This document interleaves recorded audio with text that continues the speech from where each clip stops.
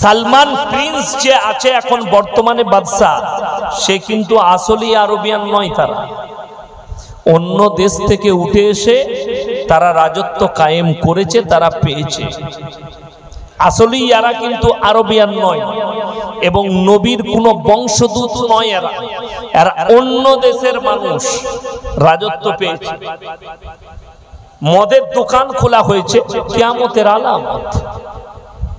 ৭৪টা হল উদ্বোধন করা হয়েছে, যেখানে বলিউড হলিউডের সিনেমা হল, যেখানে নবীজি খুদ শুয়ে আছেন মক্কা মদিনায়। সেরকম দেশে ৭৪টা হল চালু হয়েছে। এরপর আপনি কি বলবেন? এরপরে কি বলবেন? আপনাকে খালি অপেক্ষা করতে হবে, কিয়ামতের আলামত গুলো আসতে শুরু হয়ে গেছে। আমি যেটা বলছিলাম না, যে মানুষ আর জানোয়ারের পার্থক্য আপনি বুঝতে পারবেন না। হ্যাঁ, হারাম আওলাদ গুলো ওইভাবে আসবে। কিভাবে? বেঈমান ইহুদিরা আপনাকে কি পরব দিয়েছে শুনেলেন? ভ্যালেন্টাইন ডে নাম দিয়েছে, ভ্যালেন্টাইন ডে আসলে কিন্তু ওটা জিনা করার দিন। নাম দিয়েছে চকলেট ডে, আসলেই ওইটা কিন্তু জিনা করার দিন। নাম দিয়েছে রোজ ডে, আসলেই কিন্তু ওটা জিনা করার দিন। নাম দিয়েছে আপনার কিস ডে, আসলেই ওটা জিনা করার দিন। আর কোরআনে আছে ওয়ালা তাকরাবুজ জিনা ইন্নাহু কানা ফাহিশা ওয়া সাআ সাবিলা। হে আমার নবী বলো, ব্যভিচার করা তো দূরের কথা, যে রাস্তায় ব্যভিচার হয় সেই রাস্তার ধারে পাশে তোমরা যাতায়াত করো না। আজকে যারা মনে করছে কলকাতার সোনাগাছি পতিতালয়, বর্ধমানে পতিতালয় আছে, আসানসোলে পতিতালয় আছে, আমার ভাই এই পতিতালয়ের থেকেও ডেঞ্জার পতিতালয় তৈরি হয়েছে, যেগুলো পার্ক আছে। বর্তমানে পার্ক গুলো তার থেকেও ডেঞ্জার জিনার আড্ডাখানা। আর নবীজি সাল্লাল্লাহু আলাইহি সাল্লামের হাদিস, এমন একটা যুগ আসবে কিয়ামতের পূর্বে, রাস্তাঘাটে নারী পুরুষ কুকুরের মতো জিনা করতে লাগবে, তখন জানবে কিয়ামত কাছে চলে এসেছে। আজকে এরা লজ্জাহীন হয়ে গেছে। আপনার আমার যুবক যুবতীরা এরা রাস্তাঘাটে কুকুরের মতো জিনা করছে, রেল স্টেশনে জিনা করছে, রাস্তার ধারে দাঁড়িয়ে জিনা করছে। এগুলো কিয়ামতের আলামত। এরা নাম দিয়েছে রিলেশনশিপ, এরা নাম দিয়েছে গার্লফ্রেন্ড আর বয়ফ্রেন্ড। বাংলাদেশের এক ভণ্ড হুজুর নকল করা বক্তা বয়ান করছে, ঈদেতে তুমি তোমার গার্লফ্রেন্ডকে গিফট দিতে পারো, জায়েজ আছে। তুমি তোমার বয়ফ্রেন্ডকে গিফট দিতে পারো, জায়েজ আছে। এই রকম বক্তারাই হবে জাহান্নামের খোরাক। হাদিসে আছে, নবীজি বলেছেন এক শ্রেণীর হুজুররা সবথেকে প্রথমে জাহান্নামে প্রবেশ করবে, যারা মানুষকে গুমরাহির দিকে আর জাহান্নামের পথে ঢেলে দিবে। শুনেলেন হে আমার যুবক যুবতীরা, ইসলামী শরীয়তে গার্লফ্রেন্ড আর বয়ফ্রেন্ড শব্দটাই হারাম। কোন মৌলবি যদি এটা হালাল শব্দ প্রমাণ করাতে পারে এই ভারত বাংলাদেশ পাকিস্তানে, আমি সেই মৌলবির আভারী থাকবো। শুনে রেখে দেন, কোরআনে হাদিসে কোথাও এর কোনো নজির নাই। আল্লাহ জিনা থেকে বাঁচতে বলেছে, কোরআনে আছে একজন পর পুরুষ আর পর নারী এক কাছে হওয়া তৃতীয় নম্বর হাজিরি দেয়, তার নাম হচ্ছে শয়তান। কোরআনে আছে ইন্না শাইতানা লিল ইনসানি আদুব্বুম মুবিন। একটা নারী আর পুরুষ যদি এক কাছে হয়, তৃতীয় নম্বর যে লোকটা হাজিরি দেয় তার নাম হচ্ছে শয়তান। আজকে আপনাদের জলসা আলহামদুলিল্লাহ খুবই ভালো, কিন্তু সব থেকে ডেঞ্জার হচ্ছে এই মেলা বসানোর ছেলে মেয়ে এক কাছে জড়ো হওয়া। এর থেকে বড় খাতারনাক আর কিছু নয়, এর থেকে বড় ডেঞ্জার কিছু নয়। আমি যখন ঢুকেছি অর্ধেক মেয়ে রাস্তার উপরে। মেয়েগুলো কোথা থেকে? অন্য গ্রাম থেকে এসছে। এগুলো আপনার ঘরের মেয়ে, আপনার পরিবারের মেয়ে। মেয়েদিকে পর্দায় রাখুন। কোরআনে নামাজকে যেমন ফরজ করা হয়েছে, দ্বীনি ইলমকে যখন ফরজ করা হয়েছে, নারীদের পর্দাকেও ফরজ করা হয়েছে। আমার মায়েরা, নিজেদের চেহারাকে ঢেকে নাও, পর্দা পুশিদার মধ্যে চলে এসো। আজকে এটার কারণে আমি বাংলাদেশে দেখলাম ঈদের দিনে ওয়াটার পার্ক। ওয়াটার পার্ক মানে হচ্ছে সুইমিং পুল, যেখানে পানি আছে। অবাধে মুসলিমদের ছেলে মেয়েরা ঈদের খুশি পালন করছে, বয়ফ্রেন্ড আর গার্লফ্রেন্ড। কেন? হুজুর বলে দিয়েছে বয়ফ্রেন্ড আর গার্লফ্রেন্ড জায়েজ আছে। ওই জন্য এরা মনে করেছে জায়েজ আছে। এই সমস্ত জিনা করার পাপ এই সমস্ত মৌলবীদের ঘাড়ে চাপবে, এরা প্রেরণ দুষ্কার হয়ে যাবে। হে আমার মুসলমান নরনারী, তোমরা একে অপরের সঙ্গে নির্জনে মিলতে পারো না, পর নারী আর পর পুরুষ। শুনেলেন এরপরে কোরআন সূরা ইউসুফ, ওয়ালাকাদ হাম্মাত বি ওয়া হাম্মা বিহা লাউলা আররা বুরহানা রাব্বি। সূরা ইউসুফ মুফাসসিরিনরা লিখছেন কিছুক্ষণের জন্য ইউসুফ নবীকে শয়তান ধোঁকা দিয়ে ফেলেছিল। ইউসুফ নবী আল্লাহকে বললেন, ক্বালা মাআযাল্লাহ ইন্নাহু রাব্বি আহসানা মাসওয়াই ইন্নাহু লা ইউফলিহুজ জালিমিন। আমার আল্লাহ আমাকে কুয়া থেকে তুলে বাদশার ঘরে লালিত পালিত করেছে, আমি এরকম জুলুম কেমন করে করতে পারি? আল্লাহ এই বদকার নারীর হাত থেকে তুমি আমাকে হেফাজত করো। সে তো পয়গম্বর ছিল, আল্লাহর নবী, তিনি আল্লাহর নবী নিজের নবীকে হেফাজত করেছেন ইউসুফ নবীকে। কিন্তু আমাদের মতো মৌলবি কি করে হেফাজত হব? আপনার মতো সাধারণ লোক নির্জনে যদি কোনো একটা নারী পড়ে যায়, আপনি কি করে নিজেকে কন্ট্রোল করবেন?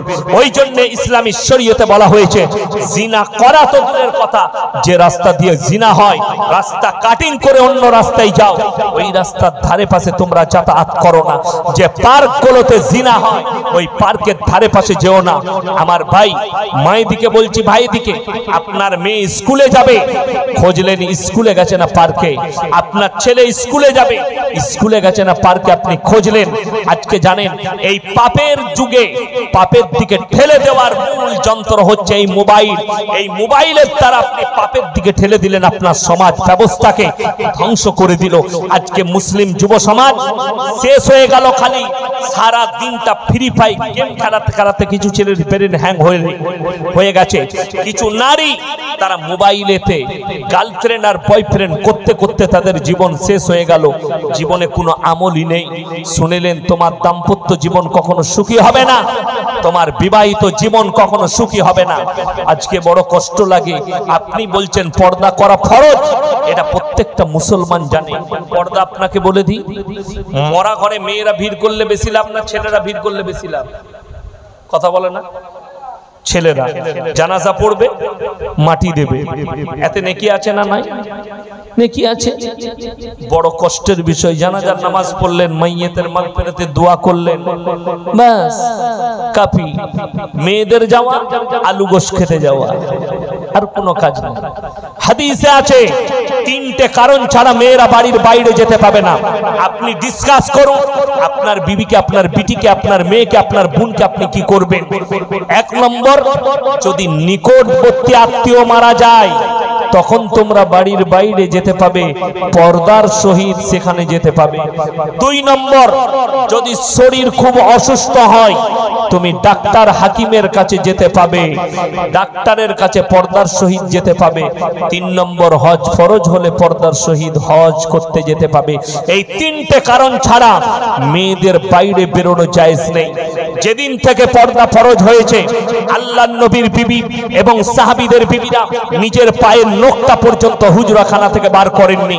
আর বড় কষ্ট লাগে, আপনি বলছেন আমি মুমিন, ফজরের নামাজ মসজিদে পড়লেন, সকালবেলায় উঠে দত্তপুকুর বাজার যাবেন বউকে নিয়ে বাজার করতে, আপনার ফুল হাত শার্ট ফুল প্যান্ট, পেছনে মোটরসাইকেলে বউ বসে আছে, বইয়ের পেটু বেরিয়ে আছে পিটু বেরিয়ে আছে। ঠিক বললাম না ভুল বললাম? আপনাকে বলে দিই, ইনি আর আমি ধরেলেন অন্তরের বন্ধু, ক্লোজ বন্ধু হলে ইয়ার কি হবে না হবে না? মাজাক মাজাক হবে। আমি যদি ইনাকে মাজাক করে বলি, ভাই তোমার ব্লাউজের বইয়ের ব্লাউজের সাইজ কত, ঝগড়া হবে না মহব্বত থাকবে? কথা বলবেন। দ্বন্দ্ব হয়ে গেল, মনের দ্বন্দ্ব।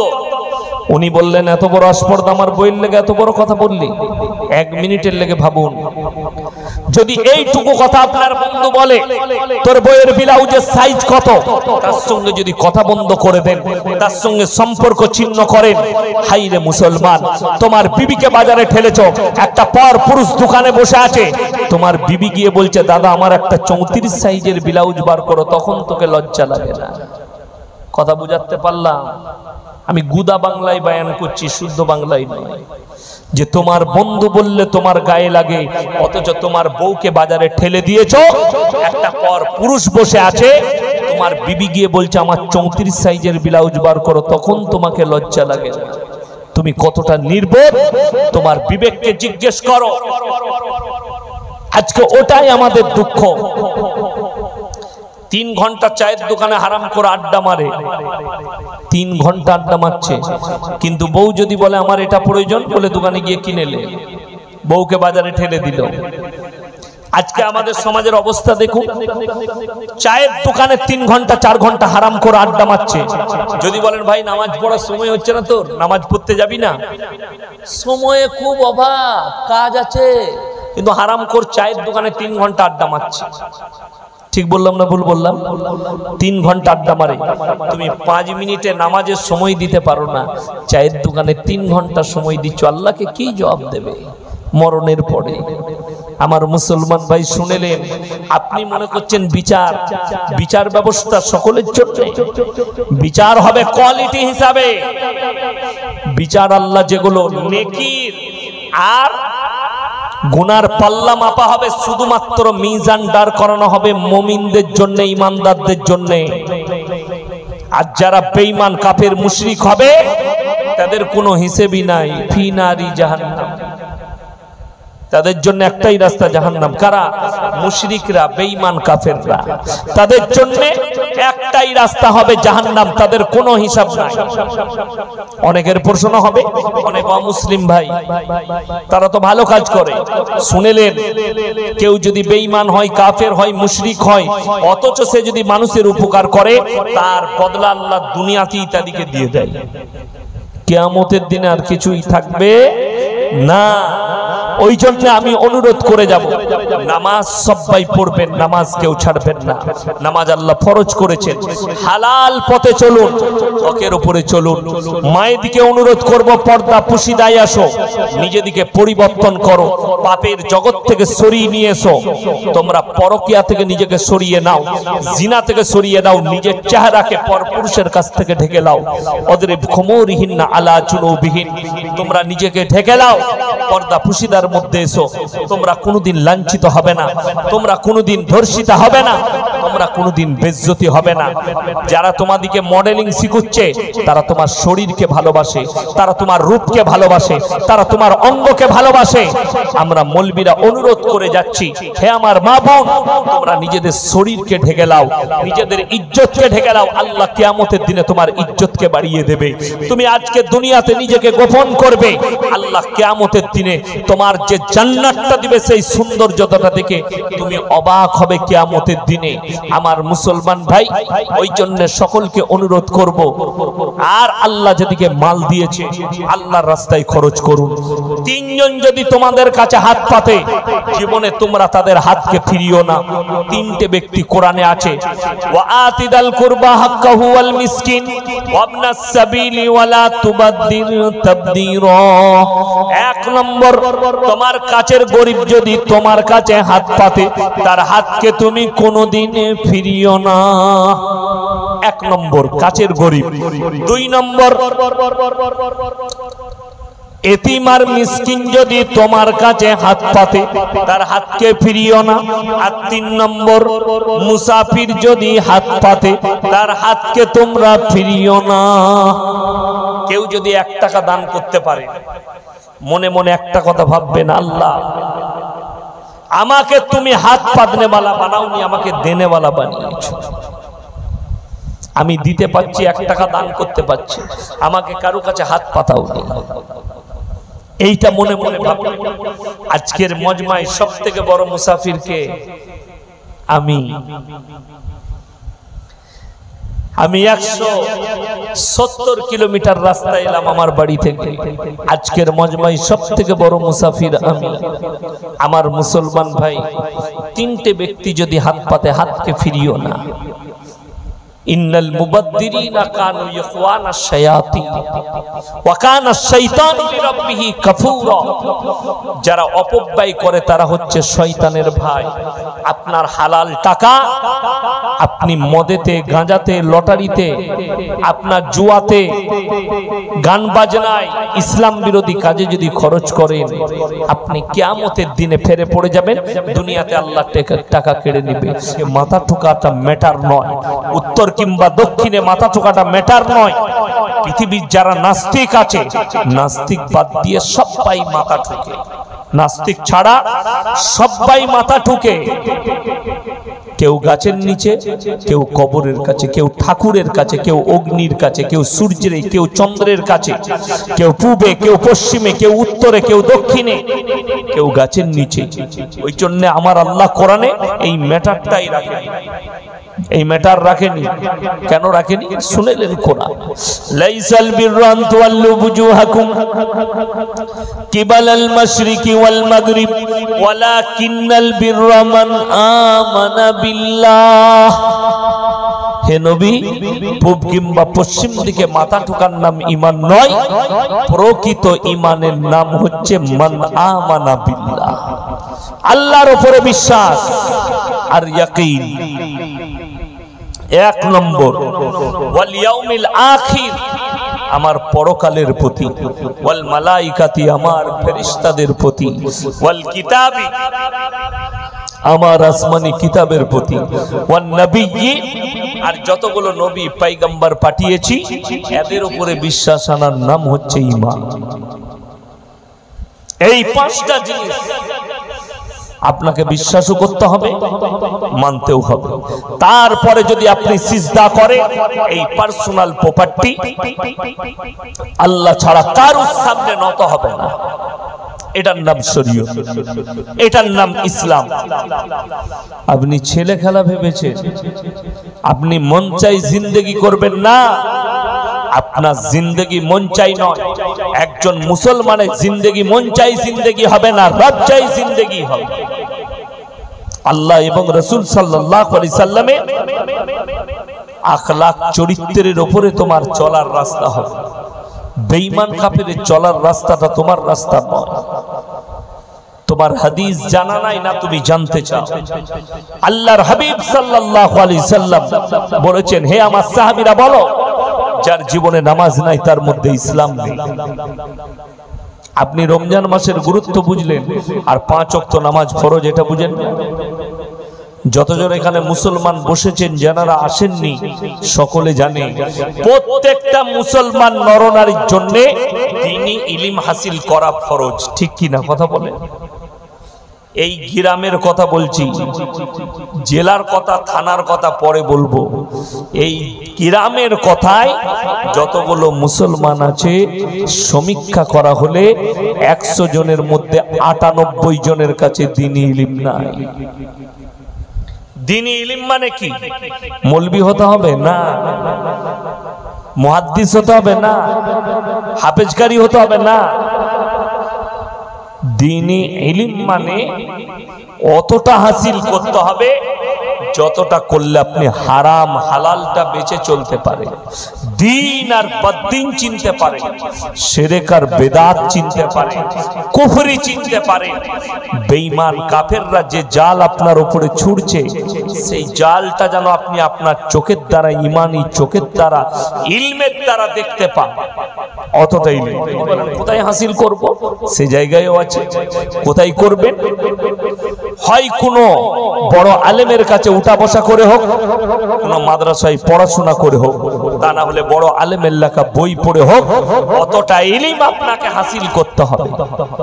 মুসলমান হারাম হালাল চিনেন, দ্বীন বদ্দীন চিনেন। আপনাকে বুঝিয়ে দিই মুসলমান কতটা হারাম হালাল চিনেছে। আপনাদের গোটা কলকাতায়, 24 পরগনায়, আমার বর্ধমানের আর বীরভূমের বালি আসে। ঠিক বলছি না ভুল বলছি? বালি কোথাকার? বর্ধমানে দামোদর নদী, অজয় নদীর বালি আর দামোদর নদীর বালি। সব থেকে দামি বালির ঘাটটা আমার বাড়ির পাশে, সিল্লার ঘাটের বালি। প্রত্যেক দিন হাজার হাজার গাড়ি লোড হচ্ছে, কলকাতা 24 পরগনায় চলে আসছে বালিগুলো। মুসলমান ছেলে গাড়ি চালায়, ট্রাক চালায়, হাই রোডে দাঁড়িয়েছে, হোটেলে ঢুকিয়ে 1 বোতল মদ টেনে দিল, তারপরে বলছে মুরগির গোশ আর রুটি নিয়ে আই ভাই। হোটেলের কর্মচারী বেচারা মুরগির গোশ আর রুটি এনেছে, তখন জিজ্ঞেস করছে মুরগিটা জবাই না কাটা। সে হারামখোরকে জুতো করে মারতে আছে না? আচ্ছা, মদ খাওয়া কি হারাম? কাটা মাংস খাওয়া কি হারাম? দুটোই হারাম। ই মনে করেছে মদটা খাওয়া হারাম, মদটা খাওয়া যাবে, বাকি মুরগিটা খাওয়া যাবে না, মুরগিটা জবাই খেতে হবে। এই মুসলমানের হাল বলছি, বড় কষ্ট লাগে। আপনি দোয়া করেন, মৌলবীদিকে নিয়ে হুজুরদিকে নিয়ে দোয়া করছেন, আপনার জ্ঞান আছে? দোয়া কবুলিয়াতের জন্য গোটা 24 পরগনার লোক যদি রোজ জলসা করে আর রোজ হুজুর ডেকে নিয়ে এসে দোয়া করে, আমাদের মতো মৌলবীকে ডেকে দোয়া করে, দোয়া কবুল হওয়ার রাস্তাটা আগে জানতে হবে। দোয়া কবুলিয়াতের রাস্তাটা 1 নম্বর। দোয়া কবুল হওয়ার জন্য শর্ত হচ্ছে আল্লাহর কাছে হালাল খাবার, তবে আল্লাহর কাছে দোয়া কবুল হবে। আপনি হালাল খাবার খেয়েছেন কি? আপনি এমনি দোয়া কবুল হবে না।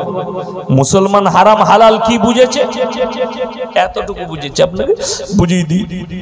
সকালবেলায় যদি আপনি কলকাতায় যান, দত্তপুকুর বাজারে যান, কিংবা কলকাতায় গেছেন, নিউ টাউনে গেছেন, কোনো হোটেলে খাবেন, তো আপনাকে জিজ্ঞেস করতে হবে না, হবে না, দাদা মুরগিটা জবাই না কাটা? কথা বলেন কাকে? মুসলমানকে। শর্ত আছে আপনার জন্য হালাল খাবার, ওই জন্য আপনাকে জিজ্ঞাসাবাদ করতে হবে যে দাদা মুরগিটা জবাই না কাটা। আপনি এটা বুঝে গেলেন ইয়াসিন ভাইয়ের বয়ান শুনে যে আমাকে জবাই করা মাংস খেতে হবে। সকালে উঠে আপনার বাজারে গিয়ে জিজ্ঞেস করছেন দাদা 1 কিলো জবাই করা মাংস দেন তো। আপনি কিনছেন জবাই করা মাংস, কিন্তু টাকাটা আবার সুদের টাকা, সেই একই মাল দাঁড়িয়ে গেল। কথাটা বুঝাতে পারলাম? এখন সুদের বয়ান করা মৌলবীদের জন্য খুব দুর্দায়, বিশেষ করে ইমামদের জন্য।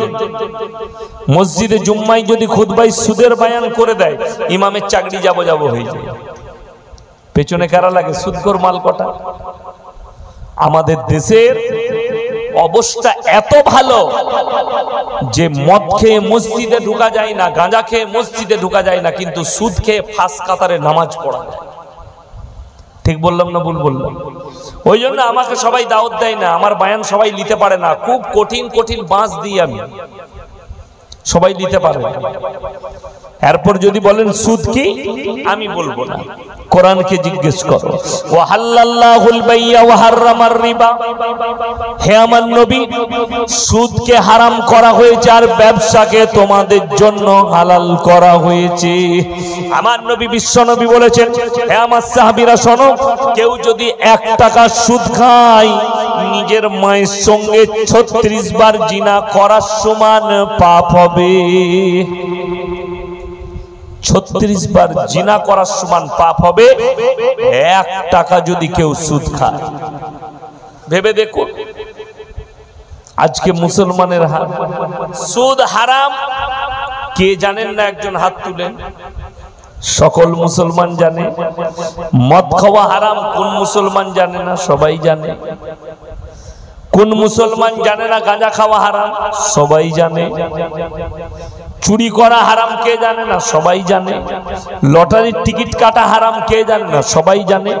কিন্তু মুসলমান ব্যবসাও করছে, সুদের ব্যবসাও করে, গাঁজার ব্যবসাও করে, মদের ব্যবসাও করে, হারাম ব্যবসাগুলো করছে তারা হালাল মনে করে। আপনি করুন, জিদ করে করে করুন, কিন্তু কষ্টের বিষয়টা আমি বলে দিই, আমার বাবাজিরা, আমার ভাইয়েরা, কিয়ামতের দিনে আপনি রেহাই পাবেন না। মরণের পরের জিন্দেগিটা চিন্তা করুন। এই যে দুনিয়াটা দেখছেন, আল্লাহর কসম করে বলছি, রং তামাশার দুনিয়া। কোরআন এই দুনিয়ার জন্য আল্লাহ ঘোষণা করেছেন, হে নবী বলে দাও তোমার উম্মতিকে, ওয়ামাল হায়াতুদ দুনিয়া ইল্লা মাতাউল গুরুর। এই দুনিয়া তোমাদের জন্য সম্পূর্ণ ধোঁকা। ধোঁকায় পড়ে আছেন। ধোঁকাটা কখন মিটবে? যখনই আপনার চোখটা বন্ধ হয়ে দুনিয়ার জীবনটা ত্যাগ করে কবরের জীবন নিবেন, পরকালের জীবনটা নিবেন, আপনার মনে পড়ে যাবে এতদিন আমার চোখ খুলেছে, এতদিন আমার চোখ বন্ধ ছিল। আপনি চোখে সব দেখছেন, কিন্তু আপনি অন্ধ। কখন অন্ধ? আল্লাহকে যখন চিনতে পারেননি, রাসূলকে যখন চিনতে পারেননি, ইসলামকে চিনতে পারেননি, দ্বীনকে চিনতে পারেননি। আপনারা অবাক হবেন, নবীজি সাল্লাল্লাহু আলাইহি সাল্লাম উম্মি, এটা একটা ইসলাম নয়। পৃথিবীর যতগুলো ধর্মগুরু আছে, যতগুলো ধর্মের মানুষ আছে, সবারই জানা উচিত যে পৃথিবীর এমন একজন ব্যক্তি হযরত মুহাম্মদ মুস্তাফা সাল্লাল্লাহু আলাইহি সাল্লাম, যিনি দুনিয়ার বুকে কারোর কাছে জ্ঞান অর্জন করেননি, কিন্তু পৃথিবীর সব জ্ঞানীরা আজও তেনার জন্য কলম ধরে লিখতেই আছে। জোরে বলুন সুবহানাল্লাহ। যিনি কারো কাছে পড়ালেখা করেননি, তিনি সব থেকে বেশি পণ্ডিত হয়ে গেলেন, পৃথিবীর শ্রেষ্ঠ ব্যক্তি হলেন, পৃথিবীর শ্রেষ্ঠ সায়েন্টিস্ট হলেন, পৃথিবীর শ্রেষ্ঠ দার্শনিক, অর্থনীতিবিদ, যা বলবেন সব লাকাবটাই নবীজিকে লাগানো যাবে। এত জ্ঞান আল্লাহ ভান্ডার দান করেছিলেন আল্লাহ রাব্বুল আলামিন, অথচ দুনিয়ায় কারোর কাছে লেখাপড়া করলেন না। এটাই আশ্চর্যের বিষয়। এটাই পৃথিবীর মানুষকে মেনে নেওয়া দরকার। যিনার কোনো শিক্ষক দুনিয়াতে নেই, যিনি হচ্ছেন গোটা পৃথিবীর মানুষের শিক্ষক। জোরে বলুন সুবহানাল্লাহ। স্বামী বিবেকানন্দের মতো লোক বলেছেন, পৃথিবীতে যদি কেউ মহামানব থাকেন, তিনি হচ্ছেন হযরত মুহাম্মদ মুস্তাফা বলুন সাল্লাল্লাহু আলাইহি ওয়াসাল্লাম। আপনি দেখিয়ে দেন, একটা মনীষী দেখিয়ে দেন বার করে। স্বামী বিবেকানন্দ পড়াশোনা করে মনীষী হয়েছেন। বঙ্কিমচন্দ্র চট্টোপাধ্যায়, শরৎচন্দ্র চট্টোপাধ্যায়, কাজী নজরুল ইসলাম, আপনার রবীন্দ্রনাথ ঠাকুর, ঈশ্বরচন্দ্র বিদ্যাসাগর, যতগুলো পণ্ডিত আর মনীষী দেখবেন সবাই পড়ালেখা করে মনীষী হয়েছে আর লাকাব পেয়েছে। আমার নবীজিকে কারোর কাছে পড়তে হয়নি। নবীজি কারোর ছাত্র নয়, নবীজির ছাত্র গোটা পৃথিবীর শিক্ষিতরা। জোরে বলুন সুবহানাল্লাহ। তবেই তিনি পয়গম্বর, তবেই তিনি শ্রেষ্ঠ ব্যক্তি পৃথিবী। আপনি তার উম্মত, আপনার গর্ব হওয়া দরকার। বেঈমান কাফেররা আপনাকে ঘিরে ফেলেছে, চারিদিকে বেরুবার রাস্তা নাই। আপনি দেখুন, আমি দেখলাম বাংলাদেশের কজন গজল গায়ক গজলের মাধ্যমে বয়কট করেছে। ইসরায়েলের পণ্যগুলো খেও না, বয়কট করুন। আবার সেই গজল গায়ক হারামখোর দিকে দেখছি, তারা হোটেলে বসে ওই থামস আপ আর কোকো কোলা নিয়ে খাচ্ছে। তারা বয়কটের নামে এটা। আপনারা আজকে মৌলবীদের মুখে বয়কট শুনছেন, আমরা বাপ বেটা জীবনে কোনোদিন খাইনি। আমি কুটুম বাড়ি গেলে বলি, ভাই লেবুর শরবত করে দাও। আমাদের বাপ দাদুদের আমলে লেবুর শরবত, কাগজি লেবু দিয়ে চিনি দিয়ে নুন দিয়ে ঘুলে দিলে ওর থেকে দামি প্রোডাক্ট আর কিছু নাই। কি বুঝলেন? তো তুমি থামস আপ কোকো কোলা নিজে বয়কট করতে পারো না, লোককে বয়কটের ডাক দিচ্ছ। শুনেলেন, এই 90 লাখ ইহুদি তারা পরমাণু দ্বারার অস্ত্রের দ্বারা পৃথিবীর মাথার উপরে বসেনি, তারা যদি বসেছে কলমের দ্বারা বসেছে। আর আমার আল্লাহ কোরআনে বললেন, আল্লামা বিল কলম, হে নবী আমি কলমের সাহায্যে শিক্ষা দিয়েছি। আপনার জানা নাই যারা শিক্ষিত আছেন এখানে, যদি কোনো ডাক্তার, মাস্টার, প্রফেসর, ইঞ্জিনিয়ার থাকেন, ইতিহাসবিদ থাকেন, যে স্টুডেন্টরা ইতিহাস নিয়ে পড়ছো, একজন বাপের বেটা থাকলে দাঁড়িয়ে বলুন পৃথিবীর প্রথম সভ্যতার নাম কি? পৃথিবীর প্রথম সভ্যতার নাম কি বলুন? আমি এক্ষুনি 100 টাকা মিষ্টি খেতে দেব। পৃথিবীর প্রথম সভ্যতার নাম অনেকে জানে না। একটা বিশ্বকোষ বলে একটা বই আছে, আজকের বই নয়। বইটা যদি একটু বেশি ঘেঁটে দেওয়া হয় বইটা ছেড়ে পড়ে যাবে। আমার বাড়িতে রাখা আছে, আমার লাইব্রেরিতে। বইটার নাম হচ্ছে বিশ্বকোষ। গোটা পৃথিবীর ইতিহাস লেখা আছে, বিভিন্ন রকমের ইতিহাস। সেইখানে পড়লাম, সেই বইটা কোনো মুসলিম সম্রাট লেখেনি, সেই বইটা কোনো বাদশা, রাজা, মুসলিম রাজা বাদশা লেখেনি, কোনো মুসলিম মনীষী লেখেনি। একজন সনাতন মুসলিম, সনাতন ভাই, তিনি লিখেছেন বাংলায়। সেই বই আমার বাড়িতে আছে। সেখানে লেখা আছে পৃথিবীর প্রথম সভ্যতার নাম হচ্ছে মিশরের মুসলিম সভ্যতা। জোরে বলুন সুবহানাল্লাহ। এটা পৃথিবীর প্রথম সভ্যতা। পৃথিবীর দ্বিতীয় সভ্যতার নাম স্পেনের মুসলিম সভ্যতা। আজকে যে স্পেনটা খ্রিস্টান নাসারাদের দেশ দেখছেন, ওটা কোনো খ্রিস্টানদের, নাসারাদের, ইহুদিদের দেশ ছিল না। ওই দেশটা ছিল মুসলিম রাষ্ট্র। মুসলমানদের গণহত্যা চালানো হয়েছে 1 এপ্রিল এবং ওই দেশটাকে দখল করা হয়েছে। মুসলমানরা সচেতন না হওয়ার কারণে আজকে হাজার হাজার স্পেনের মাদ্রাসার মসজিদগুলো মদের বার হয়ে বসে আছে। তারা মদের বার করেছে, দেহ ব্যবসার আড্ডাখানা খুলেছে।